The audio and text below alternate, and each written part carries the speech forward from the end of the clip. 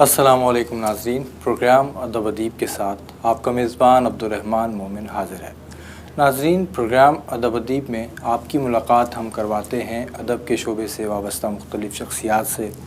उनमें अदीब होते हैं, शोरा होते हैं, आप उनका अदब सुनते हैं, शायरी सुनते हैं और उनकी ज़िंदगी से मुताल्लिक़ हम कुछ बातें करते हैं जो आप समाअत करते हैं।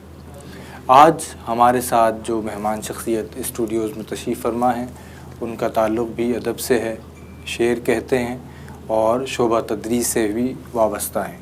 तकरीबन इनको शेर कहते हुए 2 दहाइयों का अरसा हो चुका है।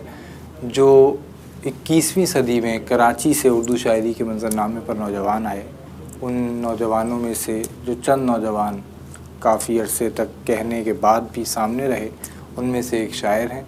आइए हम आपकी मुलाकात करवाते हैं। कैसे मिजाज हैं मोहम्मद अली? जी अल्लाह का शुक्र है, मैं खैरियत से हूँ। और आप कैसे हैं? बिल्कुल ठीक, अल्हम्दुलिल्लाह।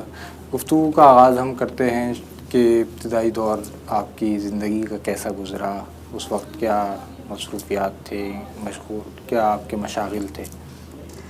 इब्तिदाई दौर तो समझ ले कि बचपन का जो दौर होता है ना, वो बहुत अच्छा ही दौर होता है।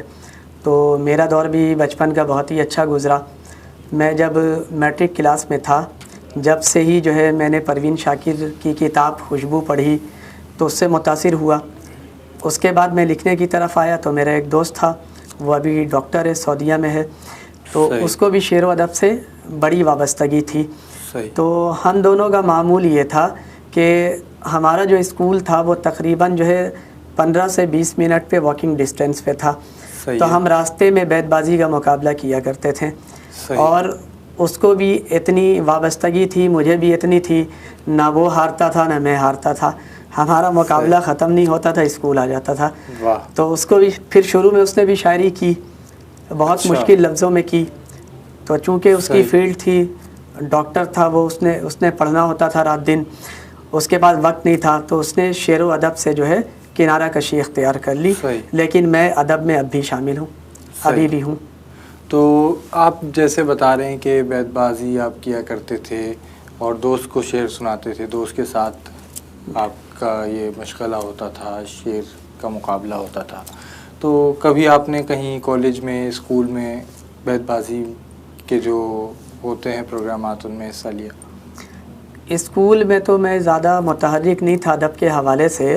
दरअसल 98 में मैंने मैट्रिक किया और उस वक्त मेरी शायरी की चूँकि इब्तदा थी, मुझे शायरी के लवाज़मात मालूम नहीं थे और शोरा के बारे में भी मैं नहीं जानता था। जब मैं कॉलेज में आया तो मुझे उर्दू के प्रोफेसर थे गवर्नमेंट कॉलेज फॉरमैन में, रब्बानी ख़ान साहब, उनका आज भी एक बड़ा नाम है कराची में शोबा दरस व तदरीस के हवाले से। तो उन्होंने मुझे मुतहर्रिक किया। तो जितने भी मुकाबले आते थे बैतबाजी के, मुशायरे, तरही मिसरा आता था तो वो मुझे दे दिया करते थे, मैं उस पर गज़लें भी लिखता था। सही। बैतबाजी आज भी हम देखते हैं कि इस तरह के प्रोग्राम होते हैं कराची में भी, जिसमें बच्चे बैतबाजी करते हैं और शेर सुनाते हैं एक दूसरे को। लेकिन कुछ अर्सा पहले ऐसा महसूस होता था कि इस तरह की सरगर्मियाँ तालीमी इदारों में कम हो गई हैं। आपके दौर में जब आप तालीमी इदारों में थे, पढ़ रहे थे, उस वक्त बैतबाजी के जो प्रोग्राम्स थे वो किस तरह के थे और बच्चे उसमें किस तरह के अशार सुनाते थे? क्योंकि आज जो बैतबाजी हो रही है, हम उसमें सुनते हैं बच्चे बिल्कुल वो अशार सुनाते हैं जो सोशल मीडिया पर वो पढ़ लेते हैं या सोशल मीडिया पर या यूट्यूब, फेसबुक वगैरह से सुनते हैं। उस दौर में आप अशार कहाँ, कौन से शोरा की याद करते थे और सुनाते थे? मैं अगर अपनी बात करूं, चूँकि जैसा कि मैंने ज़िक्र किया कि उस दौर में मेरी शायरी का इब्तदाई दौर था, मैं स्टूडेंट था, तालिब इल्म था, तो हम ये करते थे शोरा की जो ओरिजिनल किताबें होती थी, अहमद फराज, परवीन शाकिर, मोहसिन नकवी, नासिर काज़मी, ये मेरे पसंदीदा शोरा भी रहे। तो मैं इनकी किताबों से अपनी पसंद के अशार, ख़ास करके ऐसे अशार जो अलिफ से, ये से, नून से शुरू है, उसको मैं एक जगह पे जमा करता था। वो डायरी अभी मेरे पास महफूज है, क्योंकि बैतबाजी में आपके इल्म में होगा कि ज़्यादातर जो अशार होते हैं वो या तो अलिफ से आते हैं, या नून से आते हैं, या ये से आते हैं, 3 लफ्ज़ से ही ज़्यादा आते हैं। तो उसके लिए बाकायदा मैंने डायरी बनाई थी, लेकिन ओरिजिनल शायरी की बेबहर नहीं। जब से ये सोशल मीडिया आया है, अब सोशल मीडिया ने हर आदमी को शायर बना दिया है। इसमें कोई भी शख्स अपनी बेबहर शायरी लगाता दूसरा उसकी कॉपी कर लेता, वही याद कर लेता। और चैनलों पे इसके अलावा मुख्तलिफ़ कॉलेजों में मुकाबले में भी वही बेबहर शेर पढ़ दिए जाते हैं। और ख़ास करके ये जो रिक्शे के पीछे, ट्रक के पीछे बच्चे वही शेर याद करते, वही पढ़ जाते। अभी हाल फिलहाल में ही आपको मालूम है कि एक चैनल, एक निजी चैनल पे जो है अदब के हवाले से कितना बड़ा मसला क्रिएट हुआ था। तो उसकी वजह यही थी कि हमें आगाही नहीं कि ये उस शायर का कलाम है या नहीं है। बिल्कुल, जिस तरह सुनी सुनाई बात आगे बढ़ाते हैं, वैसे आजकल सुनी सुनाई शायरी आगे बढ़ाई जा रही है, वो सुनाई जा रही है। बिल्कुल। आपने जब शेर कहने का आगाज़ किया, शेर कहे, तो घर में क्या माहौल था, घर वालों का रद्द-ए-अमल क्या था? आप शायरी की तरफ आ गए और घर में कोई ऐसा और भी था जो शायरी से जुड़ा हुआ हो? मेरे ख़ानदान में अदब से कोई भी मुंसलिक नहीं है। मैं पहला शख्स हूँ जिसका उर्दू अदब से ताल्लुक़ है, वरना मेरे ख़ानदान में दूर दूर तक इस शोबे से कोई भी वाबस्ता नहीं है। जब मैंने शेर कहना शुरू किया तो ज़ाहिर सी बात, ख़वातीन जो आती हैं उनके लिए ज़्यादा मसला होता है। सही। मर्द हज़रात के लिए इतना मसला नहीं होता। मैं अपने घर में सबसे छोटा था, मेरा रिकॉर्ड अच्छा था, मोहल्ले में भी अच्छा था। तो मैं अपनी तालीम के हवाले से या जो भी मेरे मशागिल थे, मेरे अक्सर दोस्त जो मुझसे मिलने आया करते थे, तो अक्सर मेरे हाथ में उस वक्त भी किताबें होती थी।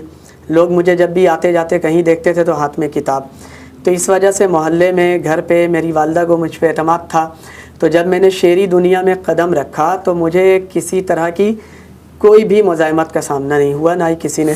शुरू में तो मेरी वालदा ने कहा कि ये कौन सा तुमने शौक़ पाल लिया है, ये शायरी वग़ैरह, लेकिन ज़्यादा मुज़ाहमत का सामना नहीं हुआ। मैंने उनको समझा दिया मेरा शौक़ है, मुझे करने दें, तो उन्होंने मुझे छोड़ दिया मेरे हाल पे। तो आप जैसे बताए कि वालदा ने इब्तिदा में कहा कि किन मशागिल में लग गए हो, क्या काम कर रहे हो, हौसला अफजाई किसने की? मेरे बड़े भाई थे, उन्होंने हर हाल में जो है ना, हर मामले में मेरी हौसला अफजाई की थी। तालीमी मामला हो उसमें भी उन्होंने बड़ी हौसला अफजाई की। और इसके अलावा भी जिस दोस्त का मैंने तज़किरा किया है, डॉक्टर कामरान इदरीस, तो उसके वालिद जो है जिस स्कूल में मैं पढ़ता था वहाँ के प्रिंसिपल थे। तो उसका घराना एजुकेटेड घराना था, तालीम याफ्ता घराना था। वो मेरा घराना इतना तालीम याफ्ता नहीं है। अपने घर में आपको हैरत होगी कि अपने घर में मैं हूँ जिसने AA किया, बाकी मेरे घर में मैट्रिक से ऊपर तक किसी ने तालीम हासिल नहीं की है। इल्म की अहमियत मेरे घर में कोई नहीं जानता सिवाय मेरे। तो उसके घर से मुझे मोटिवेशन मिली है। एक ऐसा भी दौर आया था कि मेरे भाई ने, बड़े भाई ने तो बहुत सपोर्ट किया, उससे छोटे भाई ने कहा यार ये इतना पढ़ के क्या करेगा, बेहतर है हमारे साथ इसको फैक्ट्री में लगा दो, काम करेगा। तो मेरी वालदा भी उनके कहने पे आ गई थी। तो बड़े भाई ने कहा कि इसको इसके हाल पे छोड़ दो, कम से कम एक आदमी हमारे घर में जिसको पढ़ने का शौक़ है, अगर ये अपने शौक़ से पढ़ रहा, आपसे पैसे नहीं मांग रहा, अपना ख़र्चा पढ़ाई का खुद उठा रहा है, तो फ़िलहाल कुछ सालों के लिए ये समझ लें कि ये हमारी फैमिली का हिस्सा नहीं है, इसको छोड़ दे जो करना है। बिल्कुल। तो उसके बाद मेरी वालदा ने छोड़ दिया, तो आगे जो मुझे समझ में आता रहा मैं अपनी तालीम हासिल करता रहा। तो मुझे हौसला अफजाई जो है मेरे बड़े भाई ने और मेरे दोस्त के घराने से मुझे हौसला अफजाई मिली है। वाह। नाज़रीन कराम, मोहम्मद अली सोज़ हमारे साथ मौजूद हैं, इनसे गुफ्तगू का सिलसिला जारी है। यहाँ सिलसिला कलाम टूट रहा है, इसे आगे जोड़ेंगे एक वक्फे के बाद। हमारे साथ रहिए।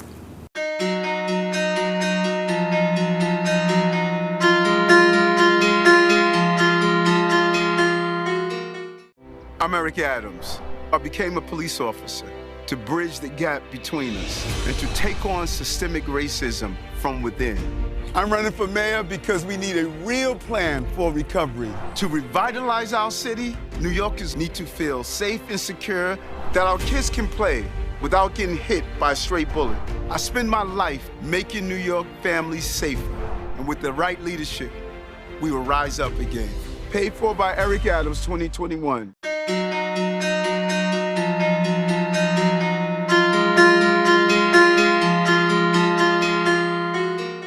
मोहतरम नाज़रीन, प्रोग्राम अदब अदीब में वक्फ़े के बाद खुश आमदीद। हमारे साथ मौजूद हैं नौजवान शायर मोहम्मद अली सोज़। वक्फ़े पे जाने से पहले हमारी कुछ गुफ्तगू हो रही थी आपके बचपन के बारे में और आपकी तालीम के बारे में। तो वक्फ़े पे जाने के बाद या उसके दौरान जब हम गुफ्तगू कर रहे थे तो आपने कलाम की बात की कि बिल्कुल। क्या हम सुनाएंगे, जी तो मेरा ख्याल है कि हम कोई सुनाइए। जी इंशाल्लाह। और खालिक अर्ज़ो समा से बरतरी मुमकिन नहीं, वाह, खालिक अर्ज़ो समा से बरतरी मुमकिन नहीं, बरतरी तो बरतरी है हमसरी मुमकिन नहीं। वो खुदाए लम यज़ल रहता है सबसे बाखबर, वो खुदाए लम यज़ल रहता है सबसे बाखबर, उसकी नज़रों से हो ओझल आदमी मुमकिन नहीं। बिल्कुल। और बिन तेरी आमादगी के, बिन तेरी तौफीक के, वाह रास्ती मुमकिन नहीं है, रहबरी मुमकिन नहीं। वाह और हर सुखन की इब्तदा करता हूँ उसके नाम से, वाह हमद लिखूँ मैं न जब तक शायरी मुमकिन नहीं। वाह और उसके दरबारे मुक़द्दस में किसी ज़ी रूह की, एक मोहम्मद के अलावा हाज़री मुमकिन नहीं।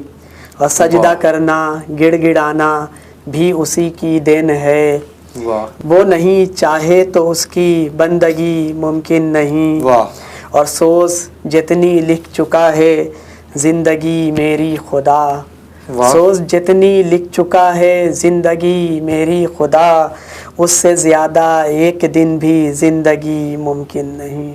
वाह, बहुत खूब, माशाल्लाह।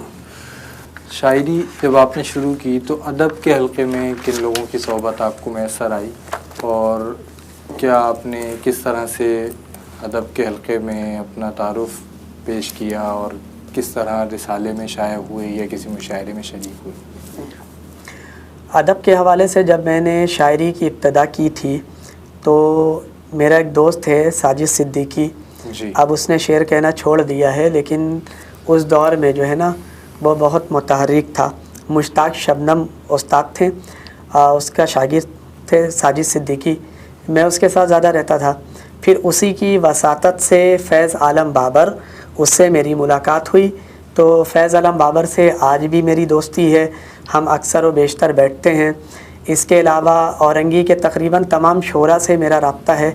औरंगी के अलावा औरंगी में काविश उमर थे, मुश्ताक शबनम, बज़मी तमन्नाई, इमरान फ़रहत, सज्जाद सुखन, इन सब के साथ मैंने मुशायरा पढ़ा है। तो ज़ाहिर है आप मुशायरों के ज़रिए से फिर अदब का जो मंजरनामा है या शेरी मंजरनामा है उस पर आए।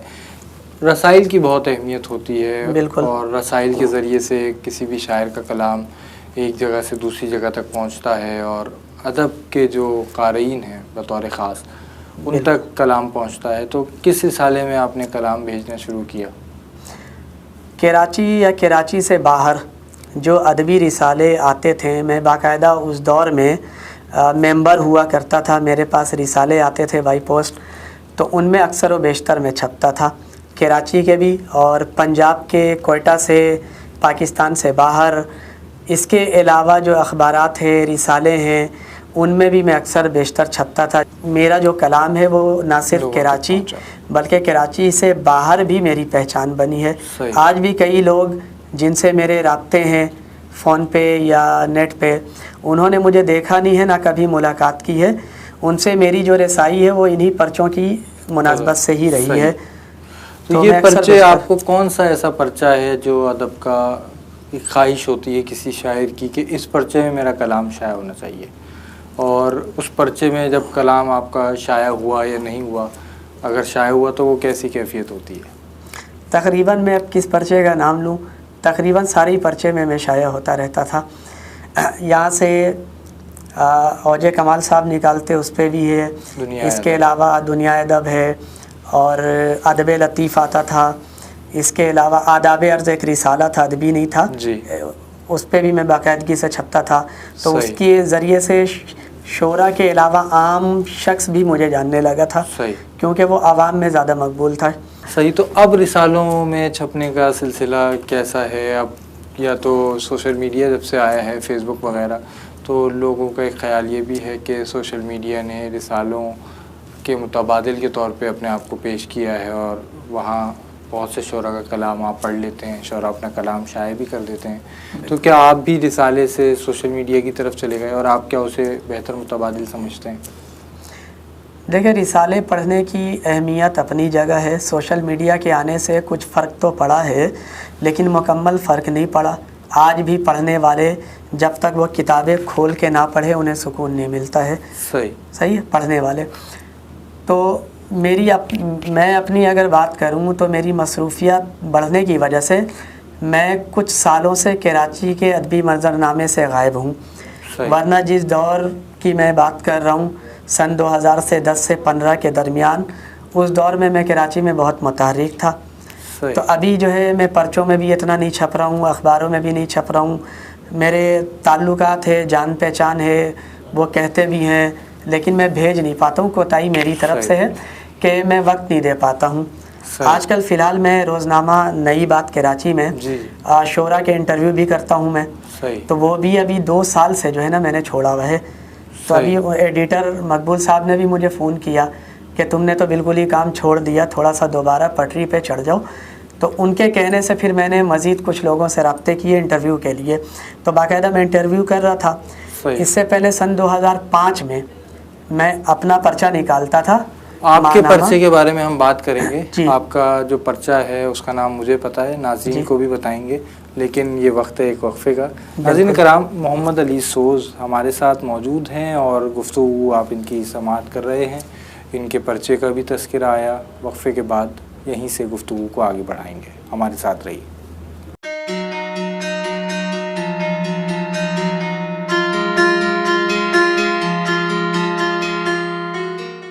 Your problems is my problems. मसाइल आपके हैं तो ऐवान में उम्मीदवार भी आपका होना चाहिए। मैं संजीव जिंदल आपका उम्मीदवार। तालीम, शऊर और आगाही है मेरा मंशूर। हर फर्द को बनाएंगे बा-इख्तियार। मैं बनूंगा आपकी आवाज न्यूयॉर्क सिटी डिस्ट्रिक्ट 23 से। अब सियासत होगी सिर्फ अवामी मफाद के लिए, और इस बार आपका वोट न्यूयॉर्क के डिस्ट्रिक्ट 23 से संजीव जिंदल के लिए। आप अपना वोट देके मुझे कामयाब करें।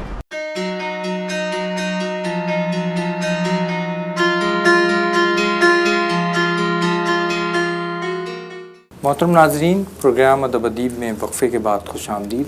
हमारे साथ मौजूद हैं नौजवान शायर मोहम्मद अली सोज़। वक्फे पे जाने से पहले इनकी जो गुफ्तगू थी वो जारी थी रिसाले के हवाले से। तो तज़किरा आया था एक ऐसे रिसाले का जो इन्होंने ख़ुद शाया करना शुरू किया था। आइए उसी रिसाले के तज़किरे की जानिब बढ़ते हैं। कुछ बताइए अपने रिसाले के बारे में। सन 2005 में हम 4 दोस्तों ने मिलकर एक रिसाले की बुनियाद डाली थी। सही। उसका नाम था महानामा अपना औरंगी कराची। ये दरअसल खालिसतन अदबी पर्चा नहीं था। सही। ये इसमें हर तरह के सफ़ात थे, ख़वातीन का, बुज़ुर्गों के लिए, बच्चों के लिए। अदब का जो एक सफ़ा था उसका इंचार्ज मैं ख़ुद भी था और मैं उसका एडिटर भी था। तो 4 लोगों से जो हमने शुरुआत की थी, बाकी बाद में औरंगी में 13 यूसी थे। तो हर यूसी में फिर हमारे नुमाइंदे काम करते थे। फिर हमारी टीम बढ़ गई थी। तकरीबन 4 साल तक हमने मुसलसल हर महीने बाकायदगी से ये रिसाला निकाला। उस पर हमें ऐड भी मिलते थे, ऐड से हम अपना रिसाला चला रहे थे। फिर उसी दौरान हमारी टीम ने मिलकर औरंगी साइट की, औरंगी टाउन की वेबसाइट लॉन्च की थी www.apnaaurangi.com। उसमें भी अलग अलग पेजेस थे। औरंगी के स्कूल, कॉलेजेस, मसाजिद, हर चीज़ को अलग अलग पर्चे पे रखा था। उसमें भी अदब का पर्चा था। तो उस अदब को भी मैं ही डील कर रहा था। अगर शायद ये नाम नहीं होता तो ये रिसाला इतना ये रिसाला नहीं बिकता, इतना मशहूर भी नहीं होता। सही। तो नाम की वजह से इलाके की। उसके बाद से 2008 में मैंने कराची के, ख़ास करके औरंगी के ज़्यादातर शोरा को, 21 शोरा को मिलाकर एक मजमुआ शाया किया, मुरत्तब किया मैंने सुखन वराने शहर के नाम से। सही। तो उसमें मैंने हर शायर को 10 सफ़ात दिए थे। एक सफ़े पे उसका तारुफ था तस्वीर के साथ, बाकी 9 सफ़े पे उसका कलाम था। सही।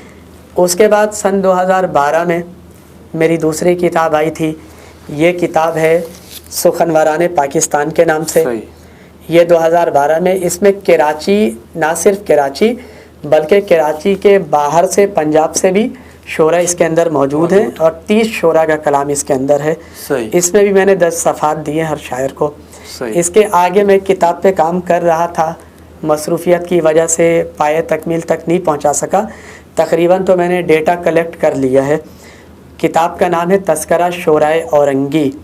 उसमें औरंगी टाउन में जितने भी शोरा जिनका औरंगी से ताल्लुक़ किसी दौर में था, अब नहीं है या अभी भी है, औरंगी से निस्बत किसी हवाले से रही है, उन सबको शामिल किया। तो मैंने जो अभी तक लिस्ट बनाई है उसमें तकरीबन 250 शोरा का नाम है मेरे पास। तो बाकायदा इंशाअल्लाह वक्त मिला तो इस पे भी काम करूँगा। और ये 250 शोरा बाकायदा शेरी मंजरनामे पर भी मौजूद हैं? जी, इसमें मरहूम शोरा भी हैं। उनको मरहूम को निकालना ज़्यादा मुश्किल काम होता है। वजह यह है कि जो ज़िंदा है ना, उनके पास जाता हूँ तो कलाम मिल जाता है, मुझे जो चाहता हूँ मिल जाता है। मरहूम ख़ास करके हमारे यहाँ एक सबसे अहम जो मसला है ना अदबी लोगों के साथ, कि हम अपना वारिस नहीं छोड़ते। अगर मैं अपने घर में शायर हूँ तो मैं अकेला हूँ, मेरे अदब को या अदब को समझने वाला मेरे बच्चों में कोई नहीं है। कल को मैं मर जाऊँगा तो मेरे बच्चे जो है ना कबाड़िए को मेरी किताबें रद्दी में बेच देंगे। इसकी अहमियत को वो नहीं समझेंगे कि जो सारी ज़िंदगी मैंने जमा किया वो कबाड़िए की नज़र हो जाता है। तो यह मसला यही होता है कि एक साहब थे इमरान फरहत जी, उनके कलाम लेने के लिए जब मैं उनके घर गया था दूसरी किताब के लिए, पहली किताब में तो वो हयात थे, तो उनके बच्चों ने कहा कि यार मेरे वालिद की एक गज़ल भी मेरे पास नहीं है, हालांकि उन्होंने सारी ज़िंदगी अदब को दे दिया था। बचपन से लेकर बुढ़ापे तक सिवाय शायरी के कोई और दूसरा काम नहीं था उनका। अगर उनकी किताबें अगर जमा की जाती तो 8-10 मजमुआ निकल आता, लेकिन उनके बच्चों ने सारा ज़ाया कर दिया। एक गज़ल मुझे नहीं मिली उनके घर से। तो ये सबसे बड़ा मसला है। तो मैं इस प्रोग्राम के तवस्सुत से शोरा को ये भी मशवरा दूंगा कि कम से कम वो अपना एक अदबी वारिस छोड़ के जाएं जो आपके पूरी ज़िंदगी की मेहनत को कम से कम संभाले। बिल्कुल। अभी जैसे आपने तस्करा किया कि आपने तस्करा ये शोराए औरंगी शाया करने का इरादा किया हुआ है और ये शाया होगा, इससे पहले भी आपने बिल्कुल कुछ शोरा का कलाम मुरत्तब किया, तो इसमें कोई आपने ख़ास इसका मयार रखा कि इस तरह के शायर को हम शामिल करेंगे या इस उम्र के या इस दहाई के शोरा को हम शामिल करेंगे, या इसमें आपने तमाम मतलब कोई ऐसी ख़ास पाबंदी या हुदूद क़ुयूद का ख्याल नहीं रखा? इस पे मैंने ख़ास करके कोई पाबंदी नहीं लगाई है। इसमें सीनियर भी हैं, जूनियर भी है, नया लिखने वाला है, सब है, लेकिन यह है कि बेबहर कलाम इसके अंदर नहीं होता है। जो भी शायर होता है वो जेन्युइन शायर होता है। ऐसा कोई शायर मेरी किताब में मौजूद नहीं होता जो सादे कागज़ पे इसला लेता हो या किसी से लिखवा के लाता हो। बेशक वो सतही कलाम लिख रहा है लेकिन उसका अपना है और बहर में है, उसको मैं छापता हूँ। सादे कागज़ पर कौन इसला लेता है या कैसे इसला ली जाती है? अब ये सवाल ऐसा है कि अगर मैं इस पे गुफ्तगू करूँ तो मेरे ख़िलाफ़ महाज खुल जाएगा। बहरहाल मेरा एक शेर है कि कौन शायर है यहाँ पर, कौन है शायर नहीं, कौन शायर है यहाँ पर, कौन है शायर नहीं, जानते अहले अदब हैं बोलता कोई नहीं। तो मैं भी नहीं बोलना चाहता हूँ, जानता सब है, आप भी जानते कि कौन सादे कागज़ पे इसला लेता है, कौन खुद लिखता है, कौन जेन्युइन शायर है, कौन लिखवा के लाता है, ये हर शख्स जानता है। हर वो शख्स जो जेन्युइन शायर है वो सब जानता है, लेकिन हम बोल नहीं सकते। क्या वजह होती है, लोग शायरी क्यों करना चाहते हैं? शायरी में तो आप जानते हैं, आप शेर कह रहे हैं 20 साल से वाबस्ता हैं, इससे ना तो बहुत ज़्यादा आपको शोहरत मिलती है, ना बहुत ज़्यादा आपके माशी या समाजी हवाले से बहुत ज़्यादा आपको फ़ायदे हासिल होते हैं, बल्कि ये तो एक लोगों का ख्याल है कार-ए-ज़ियां है। बिल्कुल। इसके बावजूद ये कौन लोग हैं जो शेर के हवाले से जानना, अपने आप की पहचान करवाना चाहते हैं?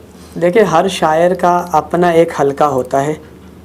जो भी शेर कह रहा होता ना, चाहे वो बहुत अच्छा कह रहा हो, चाहे वो सतही कह रहा हो, उसका अपना एक हल्का होता है। वो अपने हल्के में कहीं मशहूर होना हो, अपने हल्के के लोग उसे बहुत अच्छा समझते हैं।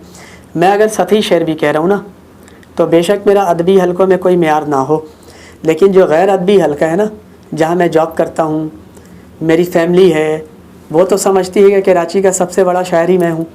उनकी नज़र में तो मैं बहुत बड़ा फ़न खान आदमी हूँ ना, तो उनके लिए उनकी नज़रों में अच्छा बनने के लिए लोग इस फील्ड में आते हैं और ये काम करते हैं। बाकी तो खसारे का सौदा है अदब में।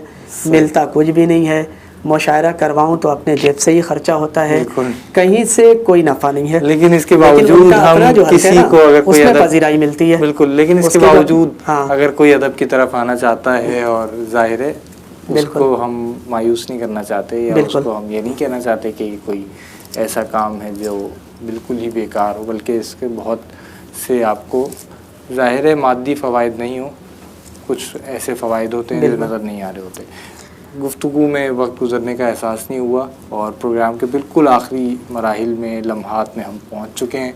तो मैं नहीं चाहूँगा कि आपसे कोई गज़ल सुने बगैर ही हम अपने नाज़रीन इंशाअल्लाह से इजाज़त जी, लें। तो बिल्कुल। चाहूँगा कोई गज़ल आप सुनाएं। जिस तरह सोचता था मैं वैसा नहीं हुआ, जिस तरह सोचता था मैं वैसा नहीं हुआ, यूं तो हमारे शहर में क्या क्या नहीं हुआ। मजनू को रास आ गई सेहरा की ज़िंदगी, वाह, मजनू को रास आ गई सेहरा की ज़िंदगी, लैला के हक़ में गरचे ये अच्छा नहीं हुआ। वाह। और फाका ज़दा के बच्चों ने पूछा ये बाप से, फाका ज़दा के बच्चों ने पूछा ये बाप से, कोई खुदा को आज भी प्यारा नहीं हुआ। क्या और ये शेर में तवज्जो चाहूँगा। उस रात भूखे सो गए बच्चे यतीम के, उस रात भूखे सो गए बच्चे यतीम के, जिस रात माँ के जिस्म का सौदा नहीं हुआ। और शायद इसीलिए हैं मोहल्ले में नेक नाम, क्योंकि हमारे प्यार का चर्चा नहीं हुआ। क्या और उसके तो सारे ख्वाब ही ताबीर पा चुके, उसके तो सारे ख्वाब ही ताबीर पा चुके, मेरा तो कोई ख्वाब भी सच्चा नहीं हुआ।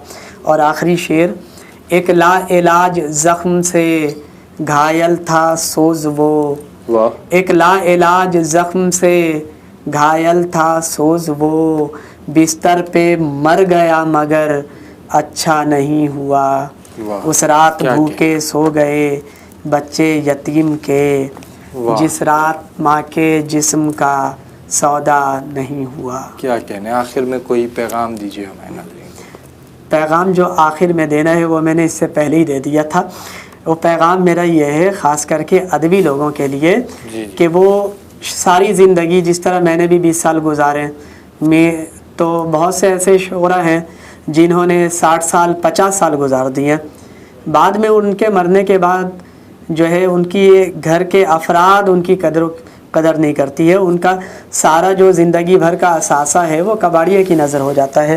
सही। तो कम से कम आप अपना एक अदबी वारिस छोड़ें, चाहे अपने बच्चों में छोड़ें, ख़ानदान में छोड़ें, या तुलबा में, अपने स्टूडेंट में, किसी एक के अंदर अदब का शौक़ इतना पैदा कर दें कि वो आपके जाने के बाद आपके कलाम को महफूज रखे। सही। आपके नाम को मरने ना दे। बहुत शुक्रिया मोहम्मद अली सोज़ साहब कि आप तशरीफ़ लाए। नाज़रीन कराम, आज आपने मुलाकात की मोहम्मद अली सोज़ से, और आपने देखा कि ये किस तरह सोचते हैं और किस तरह कहते हैं। इन्होंने कहा कि अदब के लोगों को चाहिए कि कोई ना कोई ऐसा अपना जानशीन या तालिब इल्म हो, या आपके घर में ऐसा हो जो अदब से वाबस्ता हो, उसे अदब से वाबस्ता करके जाएं। तो आप लोग जो देख रहे हैं, तो आप ख़ुद भी अदब से वाबस्ता हो सकते हैं, अदब से रिश्ता जोड़ सकते हैं, और इसके लिए आपको किताबों से रिश्ता जोड़ना होगा। कहते हैं कोई रफ़ीक नहीं है किताब से बेहतर। इस उम्मीद और दुआ के साथ कि अदब और अदीब तरक्की करते रहें, आपका मेज़बान अब्दुर्रहमान मोमिन आपसे इजाज़त चाहता है। अल्लाह हाफ़िज़।